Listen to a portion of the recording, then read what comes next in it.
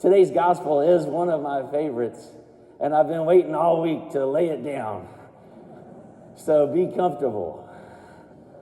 This will move very quickly.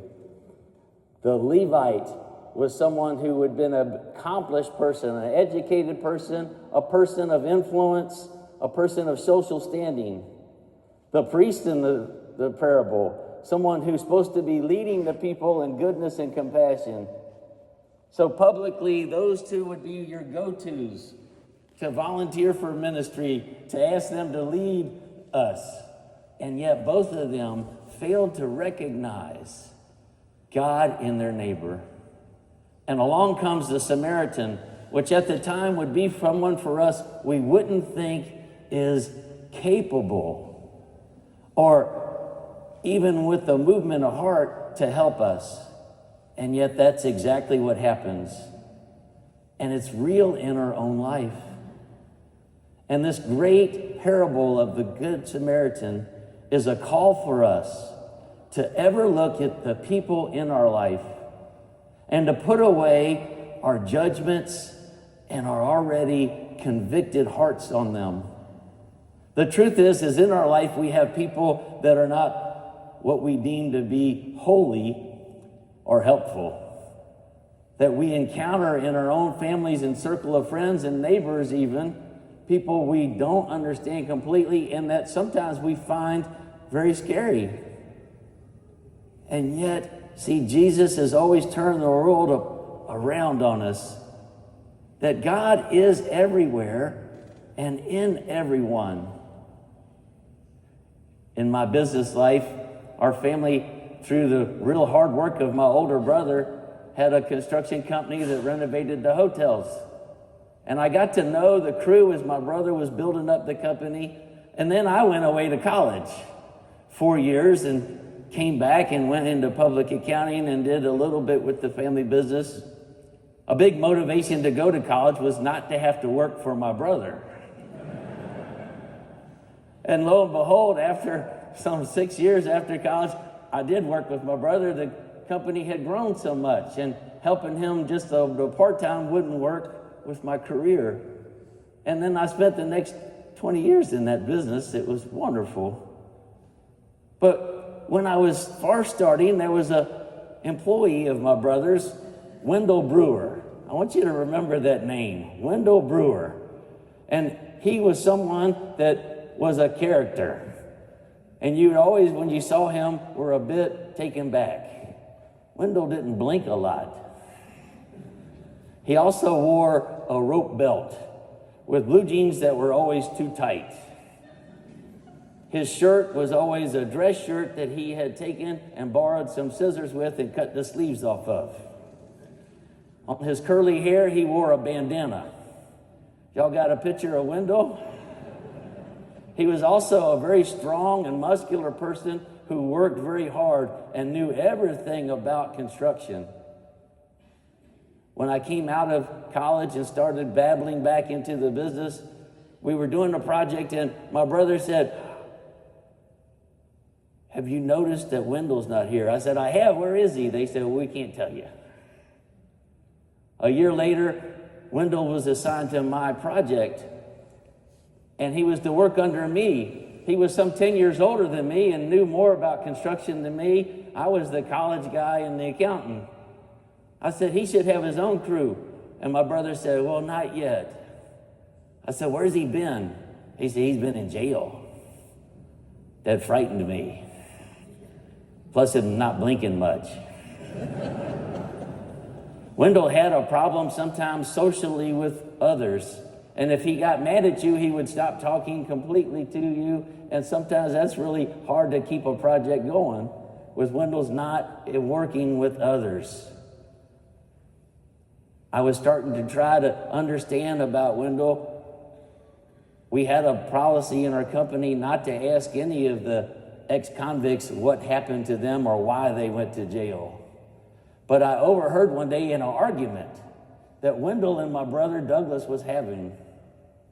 See, Wendell's wife that we knew for years had a pet grooming business. Wendell, as tough as he looks, was really attached to animals. And my brother Doug is one of those game fishermen and hunters. And he had brought to work a picture of a 12-point buck that he got and was having mounted on the wall. And Wendell was mad. That how could you kill something that was so beautiful and precious, a creation of God? And they were arguing and fighting, and the hotel owner was there, and he said, Wendell, stop. You can't be mad at Doug for shooting the deer when you just went to prison for 5 years for shooting your brother-in-law. I said, okay. They got a point on both sides, though, don't they? Wendell became someone I didn't know what to do with at work and really stayed away from in a great way. Didn't engage as I should have. Many days to keep projects going and people happy, the boss is what? You take them to lunch. And people who work hard in construction are hungry. So I would often take them to lunch. But one day my truck was being used by someone else, and I asked Wendell if he would drive his truck. We climbed in the truck, 3 of us inside and 2 of us in the back, and we went to what we hoped to be a nice meal. But on the way, Wendell passed a car that was stranded on the side of the road, and he pulled over. We proceeded to change the tire, wish the person well, and give them drive off, and then we went to lunch. On the way back from lunch, we stopped again to a car on the side of the road. I was apprehensive as the boss because people were waiting for us back at the project. It was now time just flying by, and no work was being done, and there was 5 of us out. Wendell didn't care. He told me he had a policy that he would never drive by someone stranded on the side of the road.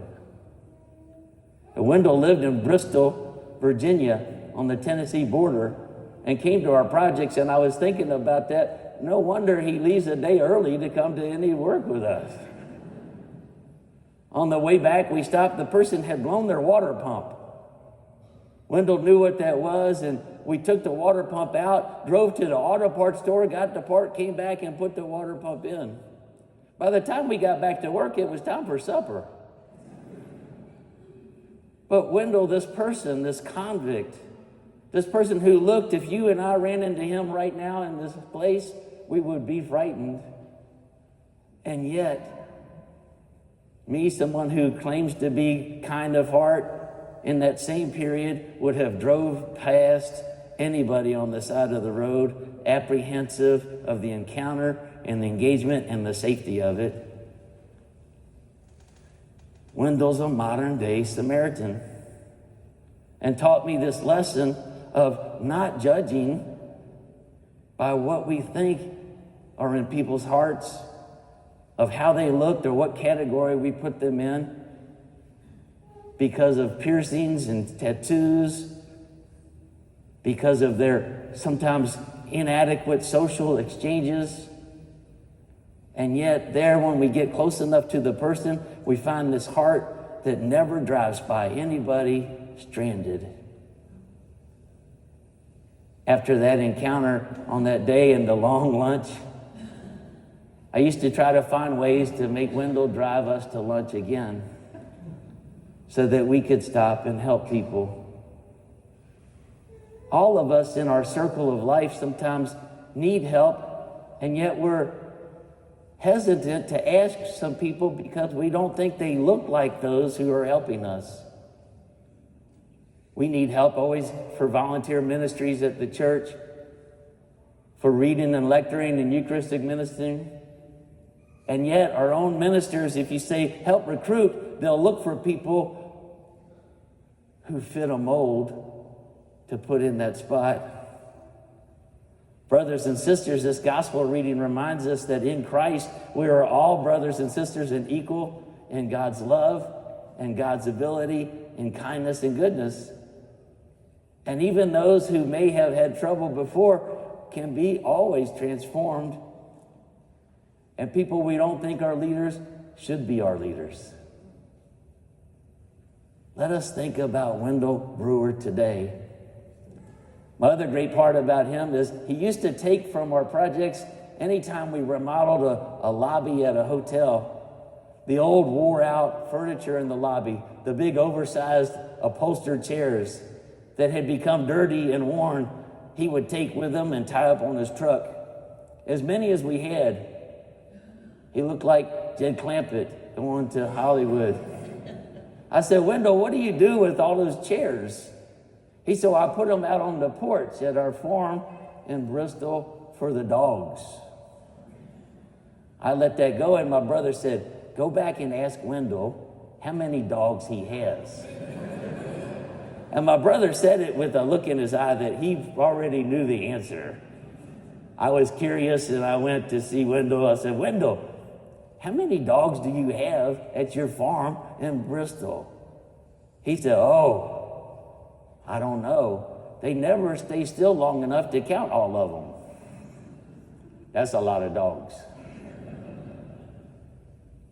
Wendell was at my ordination. Wendell sends me Christmas cards and birthday cards.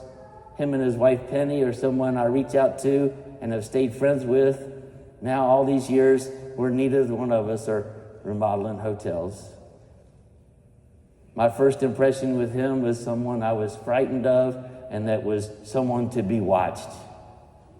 And watched not for good reasons, but for bad. Jesus Christ is calling us to put those feelings away and give everyone another chance. Everyone in our life another chance. So that we might live in this now blessed way Christ is calling us.